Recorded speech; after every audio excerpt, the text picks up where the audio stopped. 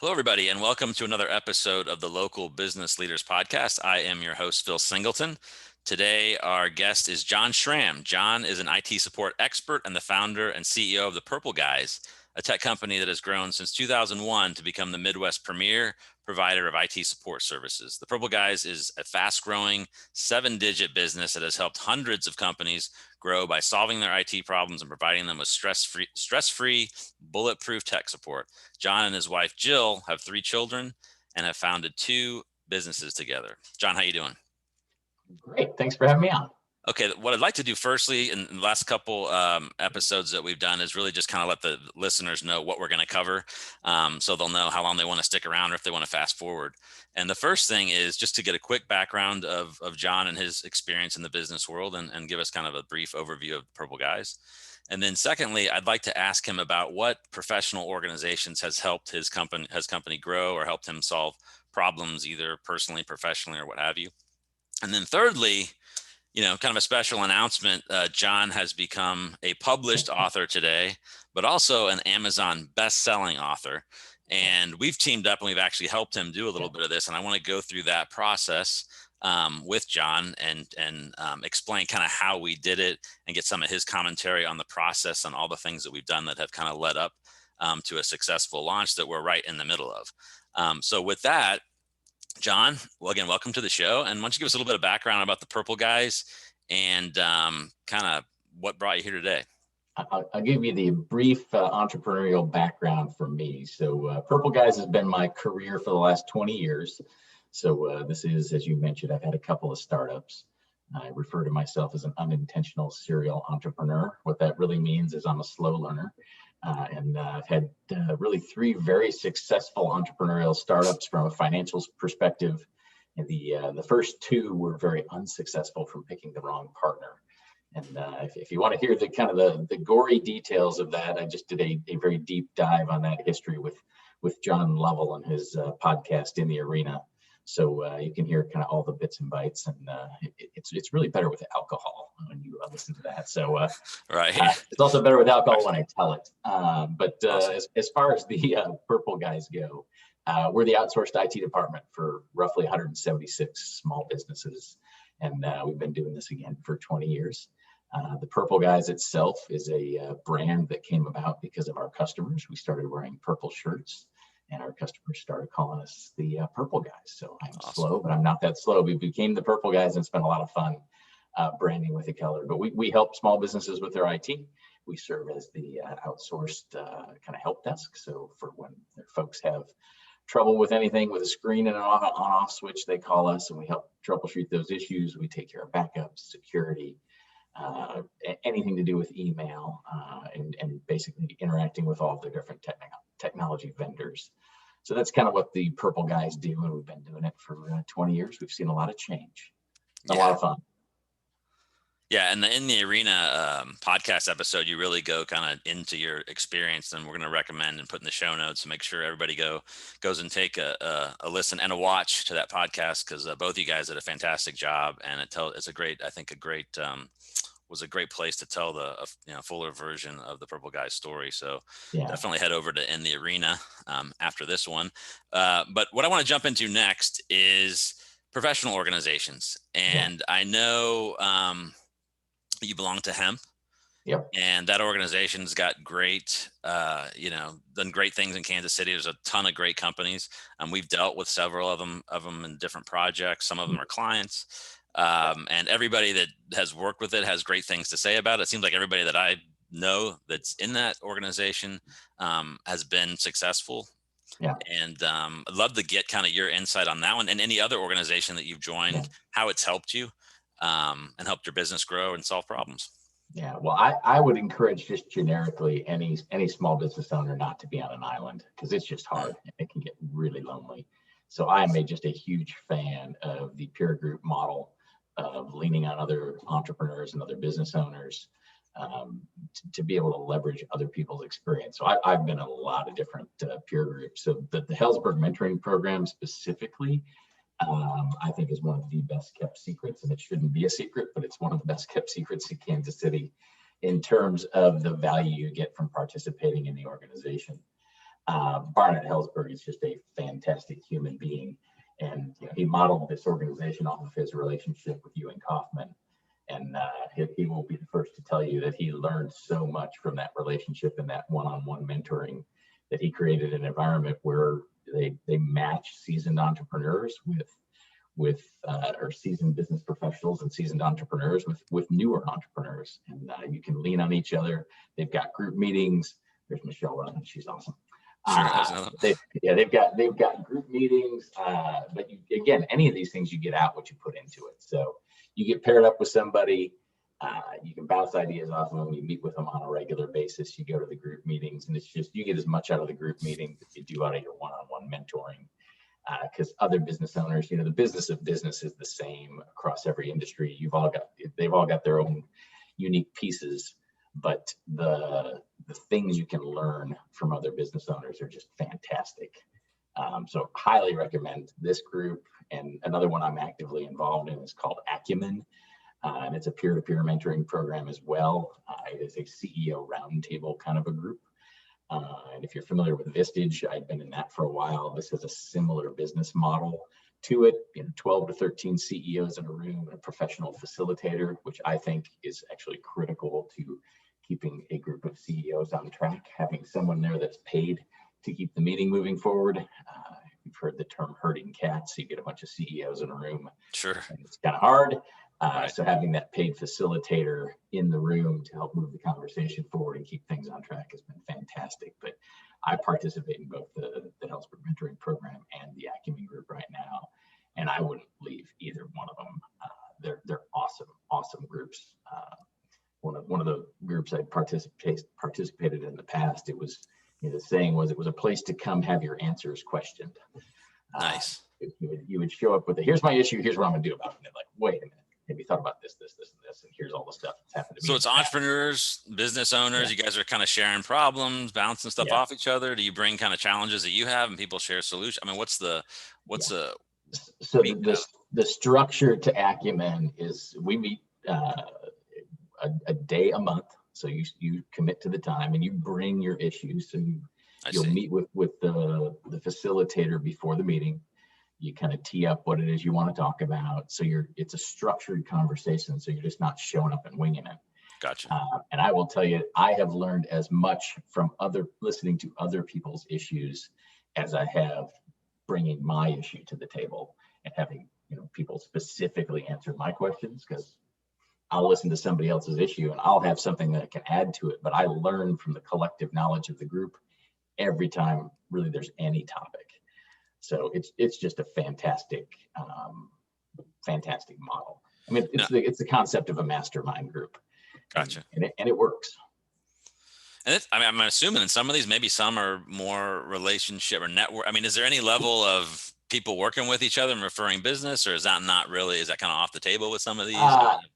It's specifically not the primary purpose in any one of them, but as with any kind of a group, the more you get together and the more you learn about each other, the more you're going to want to try to do business. But gotcha. In all of them, it's the important part is to be transparent. If you start doing business with somebody, be transparent so everybody in the group kind of knows, and it's not something that's just kind of in the background affecting the way you're going to interact with each other.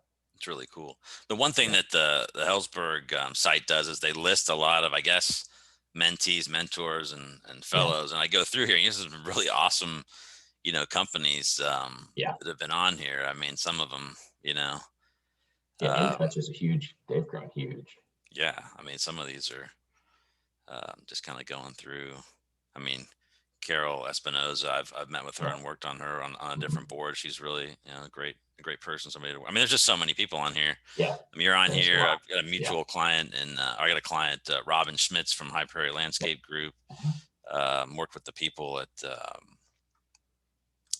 Gutter Cover KC. Yeah. McIntyre Management Group. Make Digital Group, Evan and Andrea Kirsch over there. They're great people. Collaborated with them as well. So you just go through it. There's some like the best. Sorry, what's that? Kathy Kaler's in there. She's Kathy Kaler. If anybody's bought or sold a home, she's sure. Awesome. There's Mark McIntyre right here. So it's just like anybody. It's like kind of a who's who of the up and Of course, Danny O'Neill's in here, so he must have Mhm. been he's like a mentor or Yeah. Well, something. Henry Block was his mentor early Oh, on.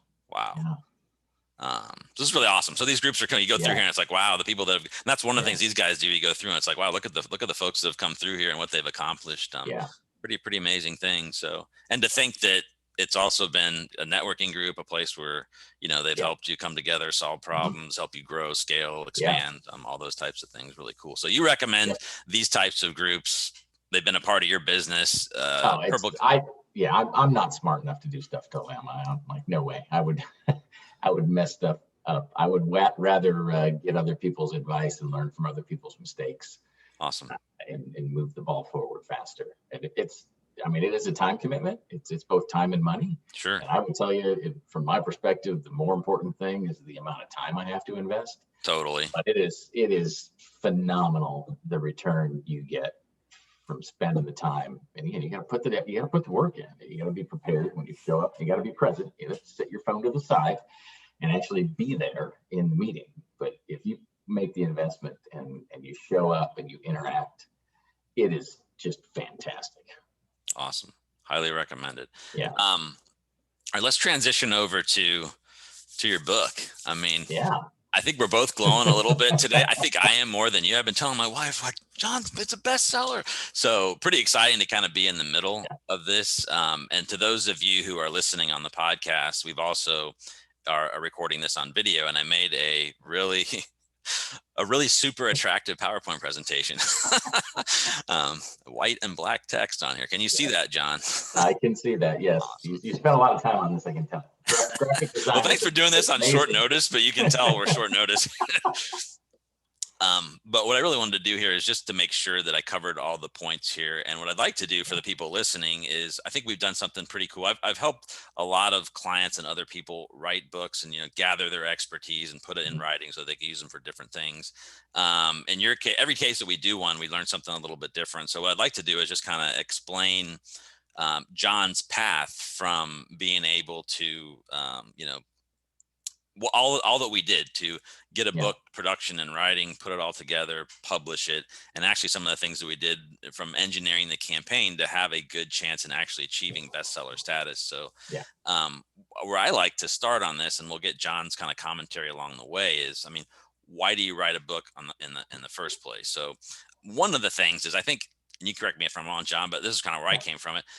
I think everybody kind of thinks about writing a book of some sort at some point in their life. Wouldn't it be good to write a book, whether it's on business or maybe some other type of thing? Did you have that kind of as a career milestone? Absolutely. And yeah, I've got quite the story, and someday I want to write the entrepreneurial. It's very colorful, no pun intended with the purple, but learned a lot along the way. And I just think there's good things to share. So yes, I always have thought about memorializing some of that stuff in the book. I think we all kind of have that in our check mark. And me too. I'm guilty of the same. It's maybe a little bit plays into ego and stuff like that. For me, certainly, I wanted to kind of do it's a personal thing I wanted to try and do.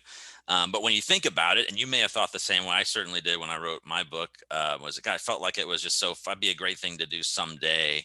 But you never really think it's as attainable as it is. And now more than ever, it actually is, with self-publishing and the Amazon network and the things that we can do to kind of put it all together. But I've got this quick slide that I wrote up, and it's like, why write a book? And I put down 10 different reasons of why I think this is a really important thing to do for people like right now.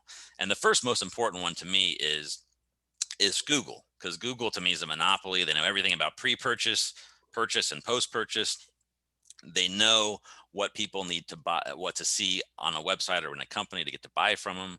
And they have a document called the Google Search Quality Rater Guidelines. And in that document really kind of spells out what companies need to be doing in order to show up in search results. But the most important part of this is, since they know the whole purchase process, they've got this concept that they're focusing on these days called EAT, which is expertise, authoritativeness, and trustworthiness. And that to me is the number one reason why I try and get my clients to get on this path, is because I know that if we get a person like John, who is actually a client, to if we can get his EAT score, which is an actual score on Google, to raise up, website's going to do better. His website's going to get more visibility. Yeah. The people that see stuff and see that he's an author are going to be more likely to buy from him. And so all these things that happen are the main reason I like. There's other reasons for it. Yeah. But this was my main reason. You may, John, I'm get some kind of commentary on kind of what attracted you in the beginning, because I think you're seeing some other things that happen because there's a cascade of wins that we're going to talk about.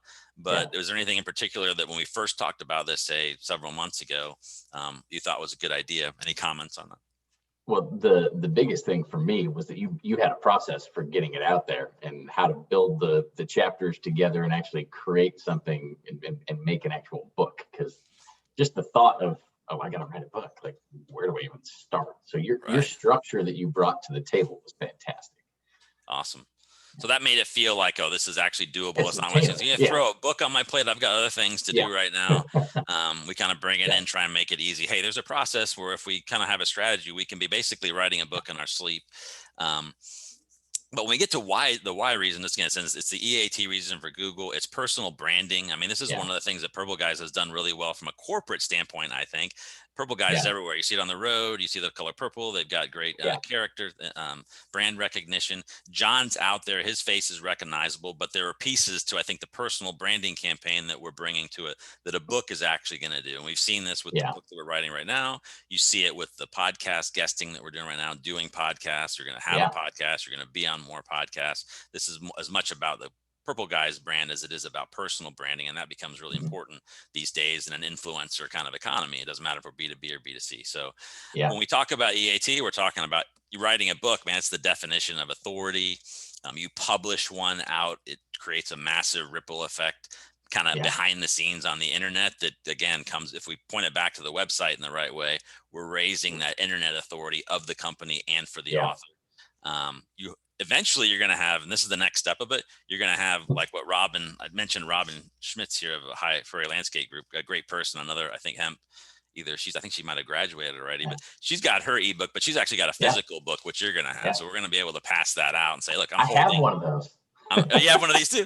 You're going to be your own book in your hands. I mean, this by definition is an authority, right? So you got the physical proof of trust.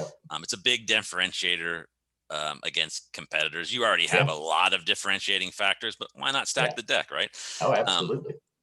I love it as a pre-sales closing tool. So one of the things we did with your book intentionally, John, is that when somebody reads through it, because we're going to use it, we use it for authority building, but we also want to use it on your website so that when people come to it, we can send it to them. So if they read through it, they basically are going to read about all the reasons they should choose you or what red flags to look for. So it kind of warms people up by the time so it saves people. It should save sales guys 30 minutes to 45 minutes on the phone where they would be explaining all this stuff. Now we're going to have a tool to send out ahead of time and say, hey, before we schedule this call, take a look at this free book or whatever and read through it. It's going to help whether you choose us or not. You're going to get the best right. So that's some of those things. Of course, having a great sticky thing, business card on steroids. You've already done some of the podcast guesting. This is a great thing. Once you become an author, you're by definition an authority and an expert. It's much easier to get you booked on third-party podcasts as a guest expert because you've written a book on the subject matter. And then finally, as we've seen today, we're going to talk a little bit more on the next slide, is we can actually engineer a bestseller. Now it's not super easy, and you've seen what we've done behind the scenes, right? There's been a lot of hustling, a lot of emails over the weekend, back and forth, and circling the wagons and stuff like that. But it can be done if you got the right strategy. So, any other comments that you have on like why to write a book? Would you recommend people to do it? Oh, I highly recommend it. I again, the structure that you put in place allowed me to just kind of see all right, we start here, we're going to finish there. There's a timeline. I knew we could get it done. So it made it very achievable. And I highly recommend people do it. And then you guys, I don't know if you've been there, but sometimes you guys start, you write one, you're just like, you know what? Maybe I got the second one. Absolutely. we're doing another book next quarter. All right. Yeah. So here, this is kind of the one thing I wanted to let people to kind of walk away from is and I thought about this after we've done it. We've done it many times for other people. In your case, I really think we've kind of honed it down to more of a science. And this is what people should be doing. You got to start off with an optimized website and a digital footprint. So to be in fairness, to get to this point, I mean, you and I have been working together from from your website, from kind of the keyword Yeah. research and that goes all the way through. It gets Yeah. a bit tougher to try and say, let's go tackle a giant project like this at once. Yeah. But when we're working it into like a holistic marketing plan and it's kind of Mhm. working in the scenes and we're chipping away at it a week in and week out, it's being done Yeah. while we're doing other stuff. So in your case, worked on the website, we figured out what the keywords are. We developed like this is something you're already familiar with. We figured out what we wanted to write about in terms of a blog series, Yeah. which essentially is the title. And Yeah. then we've got standalone blog posts, which are actually the chapters. So we're able to Yeah. use the blog chapters as blog posts that can be Yeah. distributed to social media. So you're getting that win off of it, Yep. right? Then they go out to social media. We get them point back to the website. We get that win. Then we stitch them Yeah. into an ebook. Now we're in the stage where we actually stitch it together. And by the way, your team, Paige in particular, did a fantastic job with your Kindle version. In fact, your guys is the production value. If you want to see an ebook that's taken it, a Kindle version that's taken it way further than I've ever seen in terms of a graphic version. I mean, you guys killed it on the design. It took me beyond our skills. We're at 3 guys that we worked with to try and put these together, formatting them. Weren't able to do it, and we actually figured it out in house. But I'm glad you guys pushed us to do that because I think we Yeah. came up with something actually really incredible in terms of it's basically a magazine quality book with great content and great graphics and stuff like that. But it can be done. So we can stitch those together in an ebook and then we publish it up on Amazon. Again, a little bit of strategy behind making it a bestseller. Yeah. We publish it on Amazon. Now, John's already kind of got a little bit ahead of the game on this, where we've got him on a guesting tour, right? So Yeah. normally we would publish the book, be a bestseller if we get to that, achieve that, and then use that to get on other guesting shows. You've already been doing that just as a guest expert. Now we're going to have a little bit more of a advantage to get you on hopefully Yeah. bigger and better shows because you're going to be a published best-selling author. And then the next step of it is getting you your own podcast so that you can start being the Yeah. interviewer and doing that. So we're kind of getting that yin and yang of the Mhm. podcast. And podcast, that's a whole nother probably thing we could talk about, but there's a lot of tons of extra benefits that come of having a podcast. And the Yeah. last one is really kind of launching the podcast up on the podcast hosting site. Yeah. All the other things that happen in and around it that really are the benefit if you tie everything together. So any comments on how that played out? I mean, we were in it, we're doing some of the stuff. Now you kind of see it in front of you. If you look at it, it seems like we're doing these things week in and week out, but now you've kind of seen like these 10 steps in front of you. Is there any comments that you have in terms of expectations that other people might go through or parts of it that were easy or harder than others? The process itself, and again, until you see the end product, I knew the structure of the book, I knew the chapters, I knew kind of what we're going for. But until I actually saw the final copy of it, and Phil can attest to this, I'm kind of anal retentive when it comes to checking periods and spacing. It turned out so good. So I would say I probably slowed the process down, being very picky. But seeing that and then kind of just understanding, all right, well, we're going to push launch and then we're going to try to get it to be a bestseller. Can we really do that? And then actually seeing it hit today, being number 1 on a couple lists is freaking awesome. I mean, Heck yeah. amazing. I'm going to show a couple screenshots. That's like going to be the cherry on the top here. But Yeah.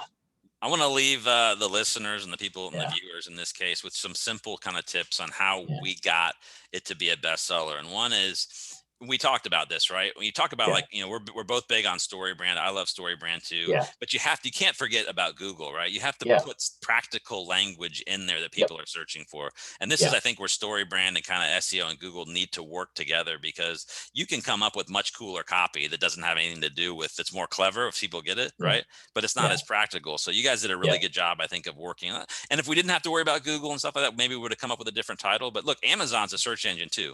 Yeah. If somebody's looking for IT support, an IT support book, don't you think it'd be helpful to have IT support in the name, which is why, we titled your book the way it is. So you guys were really flexible on that, but we got to be practical. And this is one of the reasons why stuff works, is because you marry those two things together. So you got to optimize your title.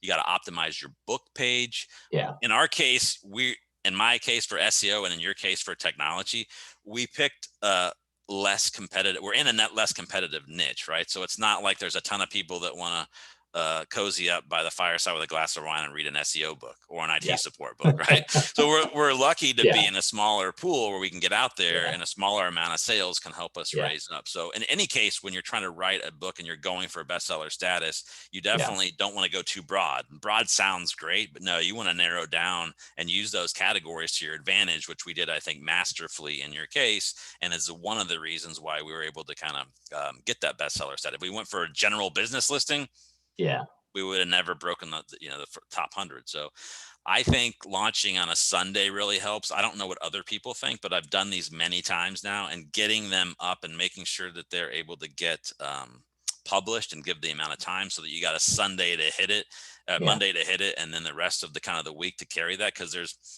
this rolls into point number 5, which is Amazon's also an algorithm, so they've got their own freshness component, which when you launch a new release, it's got a little bit more weight. So if you get a certain number of sales Yeah. during that new release period, which is about a month, but really it's weighted towards the first 5 or 10 days, you can, if you do it right, you can basically Spock pinch the internet, the Amazon, the Amazon algorithm, and kind of pool those things in a way that you can get the maximum amount for the amount of sales that you're able to gather together, which gets into Yeah. point number 6.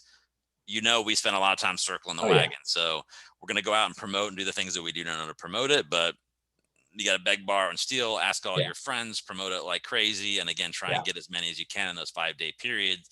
And it has to have enough. They don't let you say, I'm just going to go at 1 or 2 sales, in a 2-hour period and get it. It doesn't work like that. Yeah. But you do have to coordinate stuff, and it can be done so in a way that if you set everything else up right, you got a really good chance at achieving bestseller status. So what does that mean? Promote it in email, promote it in social media.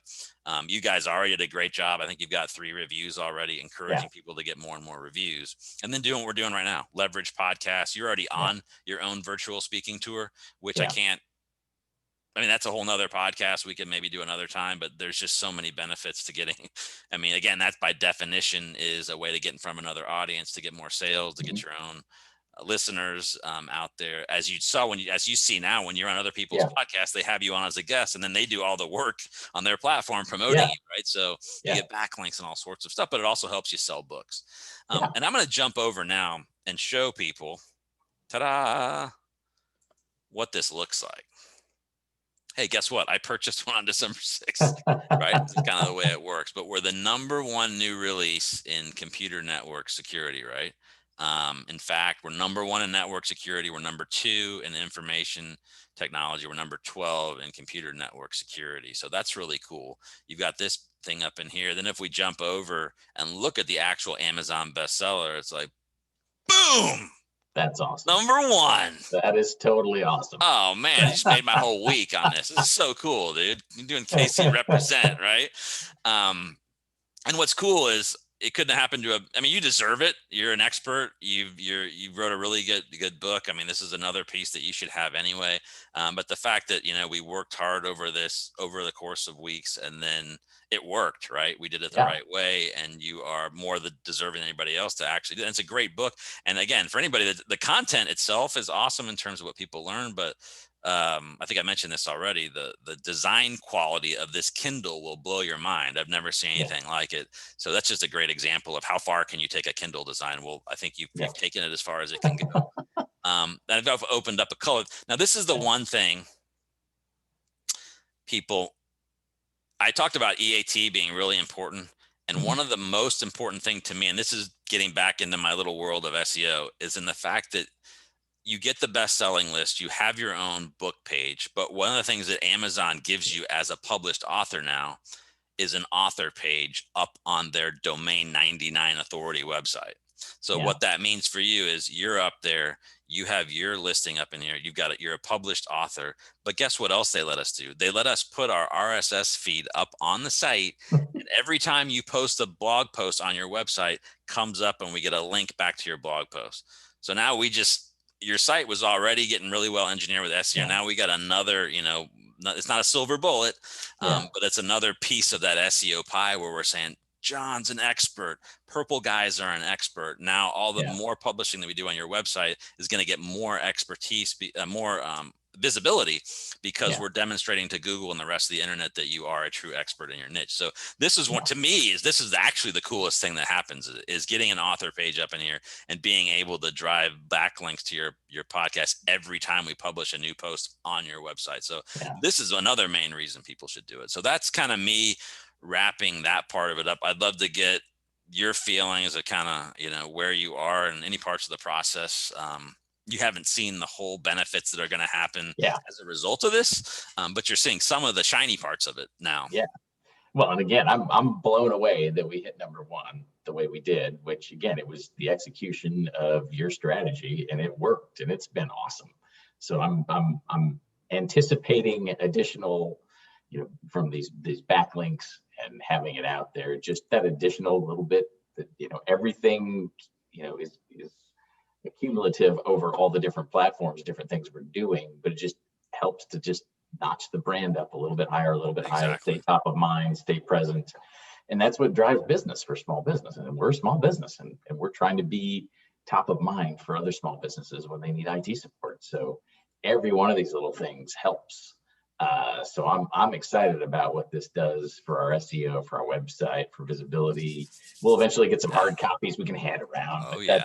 That's just kind of gravy. This is all part of the visibility and stuff that'll be out there. It just helps build our business. Really cool.